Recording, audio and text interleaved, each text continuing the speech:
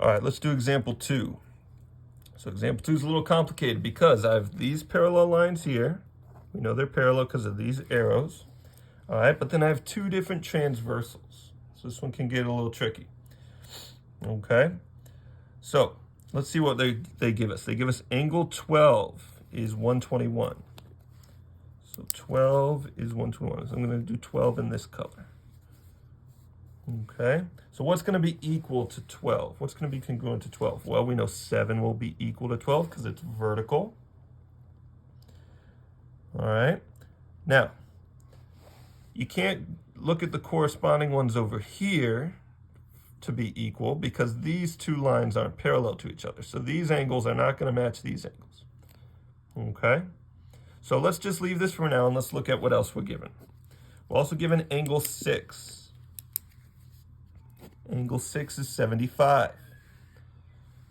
So angle 6 is 75. So what else is going to be 75? Well, angle 6 is on this transversal here. So I need to match it with this group down here. Angle 6 is corresponding to angle 14. So 14 will also be 75. So let's see, we have 14 is 75. We have, what else? Well, vertical to 14 is 9. And vertical to 6 is 1. So they're also going to be 75. 1 is 75. And 9 is 75. All right. So let's stop there with those ones. Now, how do I find the rest of them?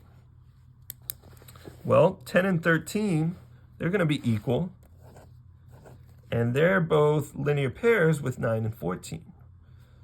So if I do, so 9 and 14 are 75. So if I do 180 minus 75, that's going to give me 105. So 10 and 13 are 105. Let's see, which 10? Here's 10. All right. Now we can do the same thing over here with 11 and 8. 11 and 8 are vertical to each other. They're going to be equal. And they're both linear pairs with 7 and 12. Okay, so I need to do 7 and 12 equal, what is 7 and 12? I didn't write down 7 and 12. 12 is 121. 7 is also 121. So that means I just have to do 180 minus 121, which is 59. So 8 and 11 are 59.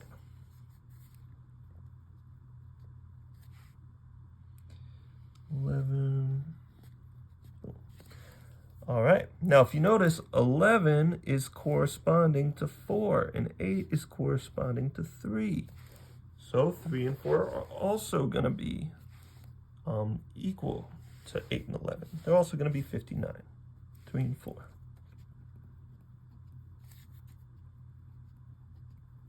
All right, now the last 2 that we have to find, and they're the trickiest ones, is 2 and 5.